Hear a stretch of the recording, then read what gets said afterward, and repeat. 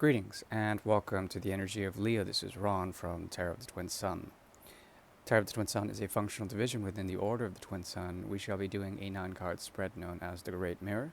But before we go there, we will do a primer, an astrological primer for the month of July 2022. I'm not going to animate the chart. Not really going to show you the chart either. You can sort of maybe see it on the screen. It's not necessary. Um, so, for the entry into July, we are in the middle of Cancer season, and according to your solar placement, if it is in fact in Leo, there is a great degree that is being pushed forward in the 11th and 12th houses, okay? Because Cancer, the solar energy of Cancer is there in conjunction with Lilith, and this denotes something about your goals or your aspirations merging with the dream world when it comes to the energy of nurture in the 11th and 12th houses, okay? It could also do with collectives, anything that is tied to this shared idea of humanity, okay? As we approach this energy, there is a harsher aspect that has to do with transformations that you are going through that are very private in nature, very, very private in nature, that awakens something of the 12th house, okay? So an ending here is very highly pointed at, an ending, the death of something, the transformation of something. This could do with people that are older, people that are teachers in some sort of way. There's a lesson to be had in the energy of Jupiter in Aries, in a slight conjunction with Mars in Aries. What can be learned here through this lesson is a pioneering spirit, being able to challenge yourself in terms of bringing forward new visions or dreams or collectivizations that can be somewhat held by humanity in general. Okay, this means that there is a private transformation that may be going on for you, and it affects essentially the ability to resolve emotions or creative urges that have to do with superimposing transformations. Okay.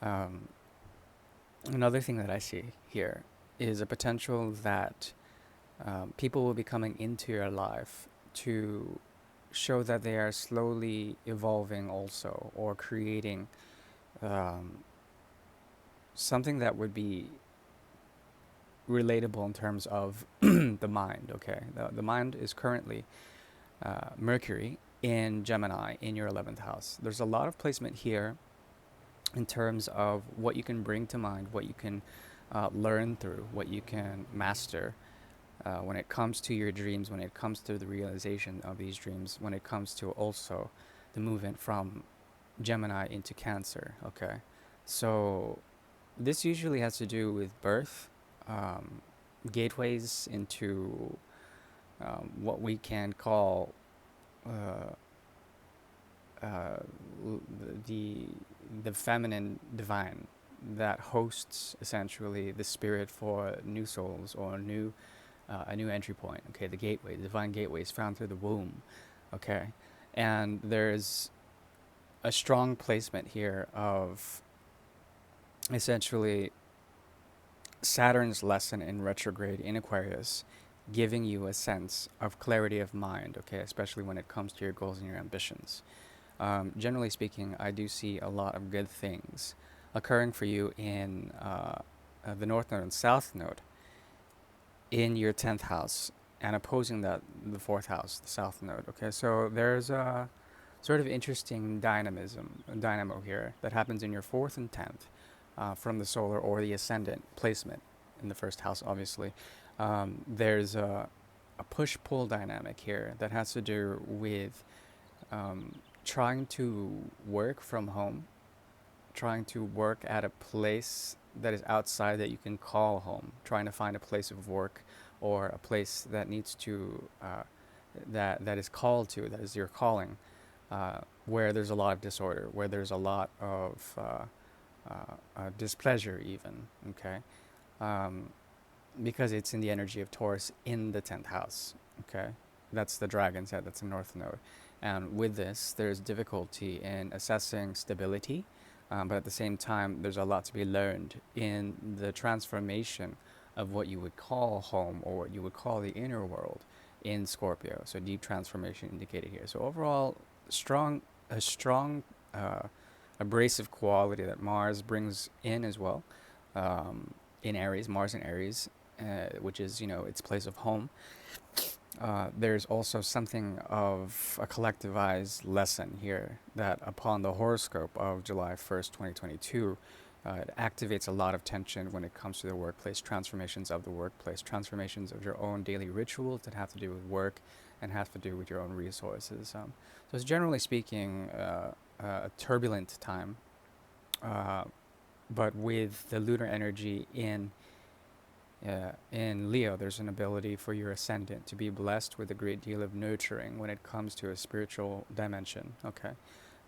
That's what I'm seeing for the primer in astrology. Now we'll move into the main reading. Firstly, I'll start with a bit of karma.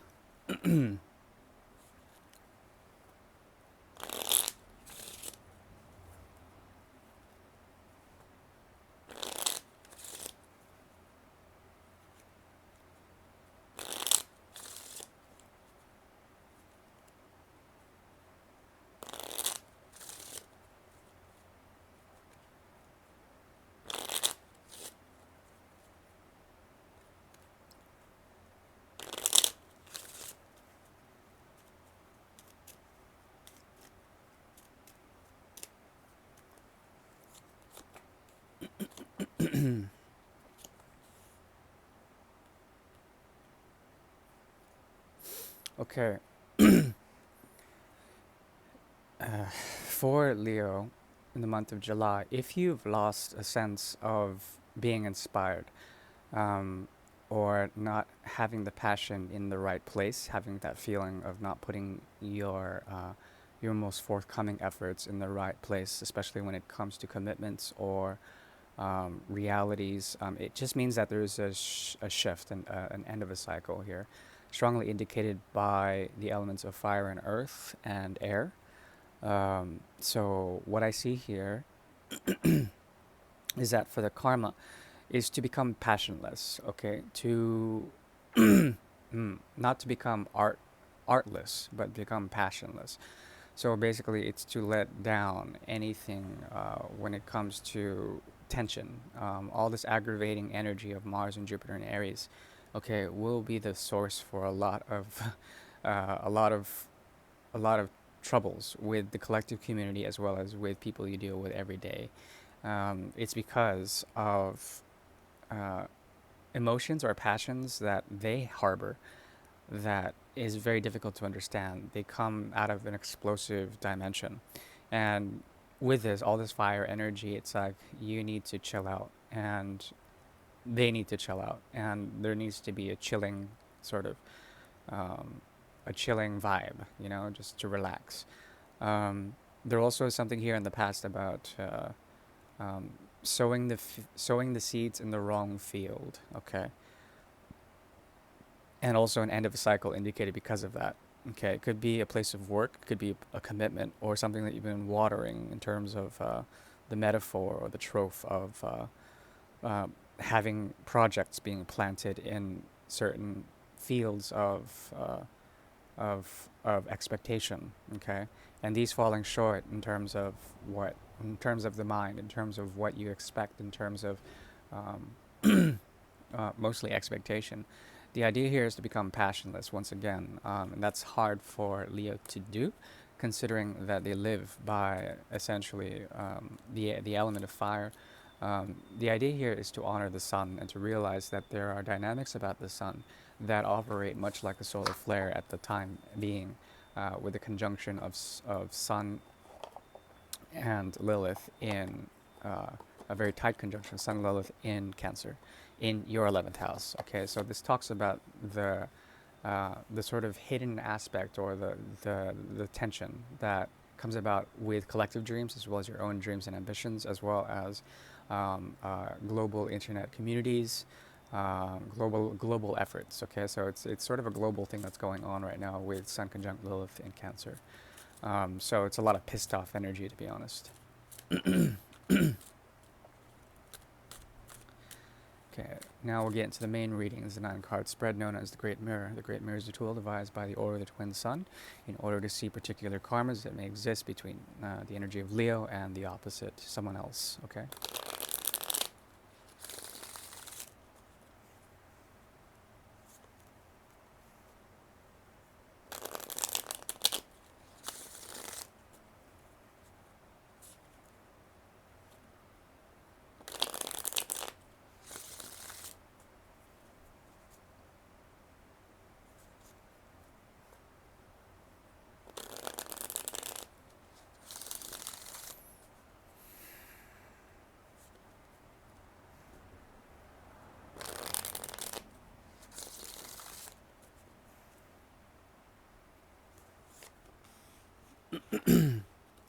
We have Malser, the Queen of Pentacles in reverse. This is on the side of Leo. We have Avantage, Ten of Swords in reverse. And we have the Sun in reverse. Okay, so this is already resonating quite a bit with the primer read, as well as the karmic reading. There's something here about letting go of expectations when it comes to realities, okay? There's an end of a cycle here, but it's as if you don't want it to end.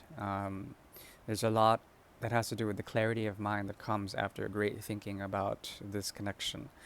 At the same time, it's as if there's a feeling that maybe you want it to be numbed out, or you want the pain of expectation, the pain of thinking to be over when it comes to this. And I don't want to project onto you any sort of dynamo here, but that's what I'm seeing. That's what the cards are saying. There also is something about the Sun here with the energy of Taurus in reverse. Okay, Gemini is also very strongly indicated here, which is in your 11th house, 10th house even. So there's a possibility that you may be dealing with karma, okay, and there's an option to clear out this karma, okay. The best thing to do is to embrace transformations of a dream that was latent or that wanted to be sort of known.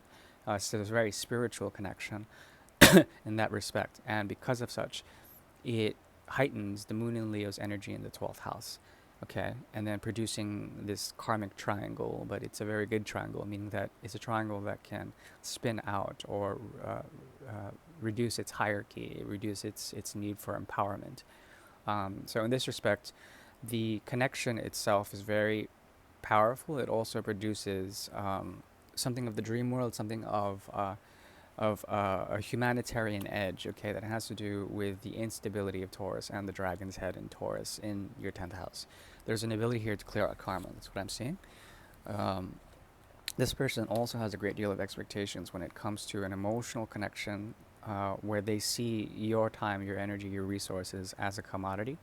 Yeah, at the same time, they would pass the cup on. There's something that I don't trust about this person so far. We also have here the Hierophant, Taurus energy again. Okay, if you're dealing with someone who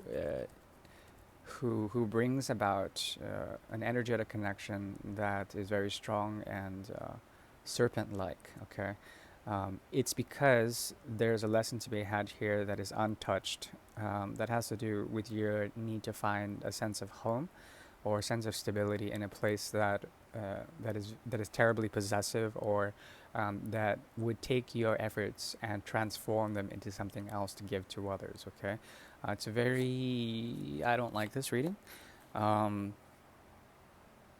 the same time, there's some saving graces here. This is the type of connection that pulls forward a great deal of Taurus energy, okay? Because we have here the Sun in reverse, we have here the Empress in reverse. We have here also Union in reverse, Gemini's energy. What I'm seeing here is primarily, and according to the astrological composition, combined with the tarot, is a very clear indication that karmic situation is being let loose, okay? And this is not exactly something to expect, something to to be jovial about. At the same time, there's a very strong indication that there still is a powerful energetic connection here that has to do with a connection that is made without labels, connection that is made without uh, the norm, okay, the norm, which is usually consummation. It's marriage, it's, you know, etc., etc. But this is a very particular reading in that it's difficult to see the night and the day for what they are, to see the reflection of the moon, the moon's light, and to understand it for its darkness. It's that kind of connection. There also is something about them that is very strongly tied to the energy of Taurus and Scorpio. Okay, with that access, it has to do with possession. It has to do with obsession. Okay, and then letting that go somehow. The thing is that what they search for you through you is something that is extremely metaphysical, or it's something that is energetic in such a way, in such a degree, that the transformation that would occur would be stifling for both of you. Okay, that has to do with letting go. Okay. Um, yeah, because we also have the Magician here in reverse. There's a lot of dark energy about them with the Magician and the Empress in reverse. But then they also have the Ace of Cups, okay? So they also provide a sense of fertility for the Queen of Pentacles in the reverse. Um, so overall, and the Hierophant is here, of course. Overall, there's a staggering commitment here that has to do with lifetimes of recycling this commitment and the expectations that it brings, the draw, the obsession, the strong polarity of it is very intense, very intense. What emerges out of it is the Page of Swords in the reverse. Okay, so the ability to learn a hidden lesson is very strongly indicated here that has to do with a mental sort of nexus, a very strong a psychic connection that needs to be let go. Um, yeah, because the advice is to become passionless, to let go of something in terms of passion. That's all I can give you. That's all I can give you for now. Hopefully that didn't resonate for you. But if it did, note that this is something very powerful, very, very powerful. And it it speaks about the dragon's head, the North Node, and Uranus in your 10th house in the energy of Taurus. Okay, so that has to do with karmic understanding.